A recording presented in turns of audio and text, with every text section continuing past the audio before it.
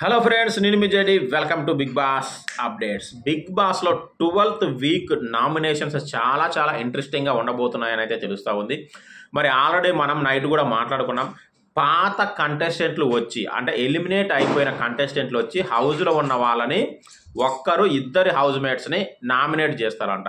మాది వినడానికి ఇంట్రెస్టింగ్గానే ఉన్న గొడవలు ఎంతవరకు క్రియేట్ అవుతాయి.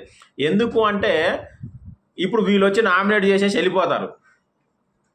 మళ్ళీ నెక్స్ట్ వీక్ వచ్చేసరికి వీళ్ళని నామినేట్ చేయడానికి ఉండదు. వీళ్ళు ఎందుకంటే హౌస్లో ఉండేవాళ్ళు కాదు కాబట్టి ఒక హీట్ అనేది అలా ఉండడానికి ఛాన్స్ లేదు.